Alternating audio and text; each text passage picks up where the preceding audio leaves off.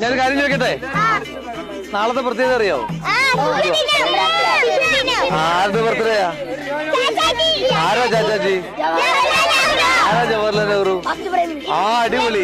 എല്ലാം അറിയാവുന്നവരാണല്ലോ. ഇന്ത്യയുടെ ആദ്യത്തെ പ്രധാനമന്ത്രി അല്ലേ? അപ്പം എല്ലാവർക്കും നമുക്കൊരു ഹാപ്പി ചിൽഡ്രൻസ് ഡേ പറയാം. അപ്പൊ ഞാൻ പറയുമ്പം 1, 2, 3 എന്ന് പറയുമ്പോ നിങ്ങൾ ഹാപ്പി ചിൽഡ്രൻസ് ഡേ പറയണം കേട്ടോ. 1, 2, 3 ഹാപ്പി ചിൽഡ്രൻസ് ഡേ.